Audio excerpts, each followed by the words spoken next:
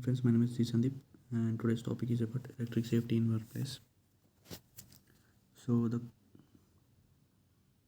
the course's goal is the minimum to provide composite and on-site training, high-risk workers like skilled trades, maintenance, and the management on the requirement of subparts as and the prevention of serious injuries from the electrical hazards at their working places. And the participating will develop an understanding requirements and OSHS has an FPA 70 and will be able to identify the reducing element, the principles and guidance of the qualification, personal job planning, requirements management, personal content, industrial electric safety.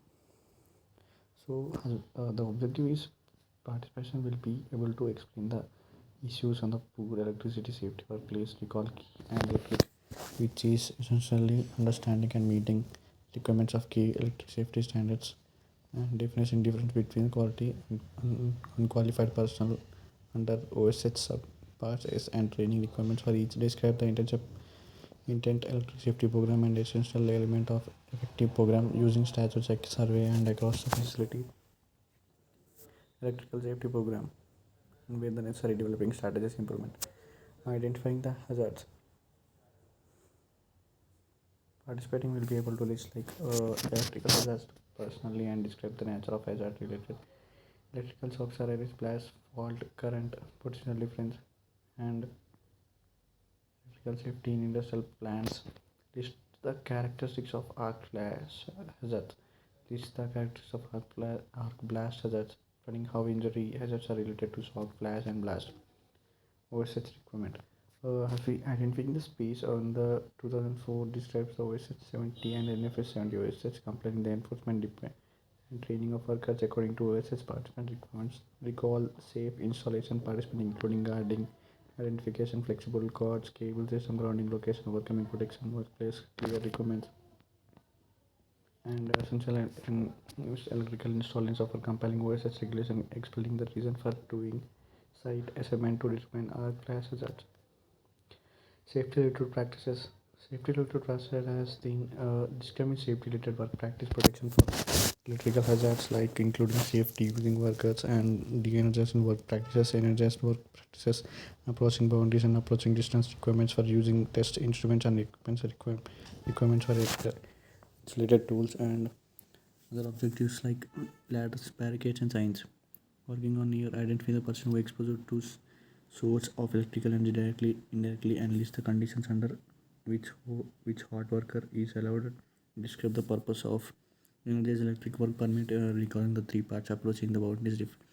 Define the dimension of each approaching boundary. Give necessary for information and describe the parts of latch hazards analysis and the list and requirements analysis requirement information including hazard risk category providing to workers by flash hazards. Personal participation will able to be list the basic type of personal protective equipment and for tasking involvement electric hazards and describing the how each type of protective against hazards identify the PEE and protection describe hazards electrical hazards and selecting PEA for hazard risk category including gloves, eye, head and face protection and FR clothing describing the requirements for using care and maintenance and storage PPE action and plan and quotes wrap up.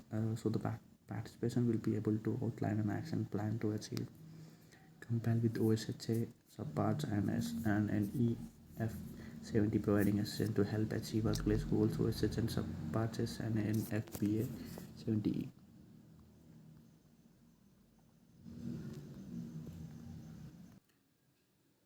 And the properties of electricity must have complete of a circuit seeking gauges and all paths. Hazards of electricity.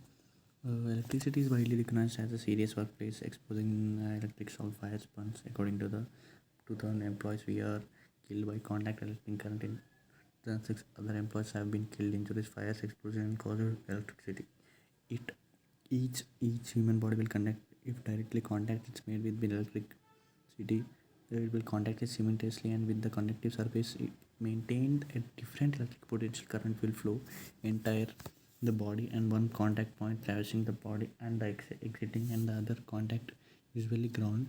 A Each every year employees suffer pain, injuries, death from such as electric shocks, through current through the and the body even current through the ground each year many and the death occurs current through the body even levels it has 3 milliamps cause also injuries for the indirect secondary injuries which involuntary muscular reaction from electric shocks can cause bruises, burns, fractures and even death resulting from collision or falls.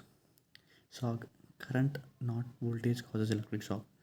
Milliamps like 0.5 to 3 amps affection on person like tingling sensation and 3 milliamps to 10 milliamps muscle contraction and pain and 10 milliamps to 40 milliamps let's go for 3 short and 30 milliamps to 75 milliamps causes a respiratory paralysis where when it comes to between 1000 milliamps 100 milliamps to 200 milliamps with ventricular fibrillation and 200 milliamps to 500 milliamps heart clamps tightly and 1500 milliamps above it causes tissue and organ start burns.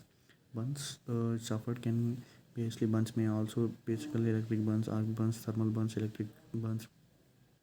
These results current flow is tissue may be either skin deep or may heat generated from the current flow. If energy delivers by the electric short body cannot dissipate the heat or the tissue is burned. Typically such electric burns, slow heat arc burn and the result of high temperature produce arc or exposes closest to the body. Final thermal contact burns are normally experienced from the skin contact surface, overhead electric conductors and others.